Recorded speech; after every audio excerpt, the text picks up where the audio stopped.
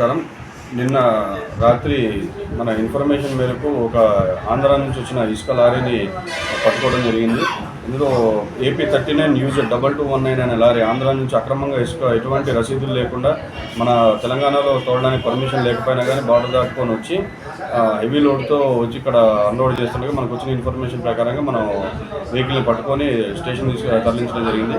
అందులో డ్రైవర్ ధారావత్ చంటి చెప్పిన వివరాల ప్రకారం ఆంధ్ర నుంచి అతను నాగేశ్వర అనే ఒక ఏజెంట్ దగ్గర నుంచి తీసుకొని ఇక్కడ లోకల్లో ఒక దగ్గర డంపింగ్ చేయడం కోసం అని చెప్పేసి వచ్చాడు.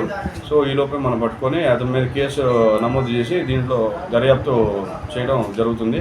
కాబట్టి ఇటువంటి అక్రమాలకు పాల్పడిన ఎవరికైనా కానీ కఠిన చర్యలు తప్పవు.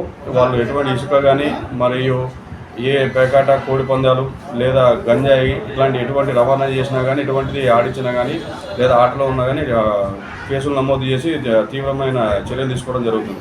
కాబట్టి దీన్ని అందరూ గ్రహించి అందరూ మంచిగా నడవాలని కోరుకుంటున్నాను.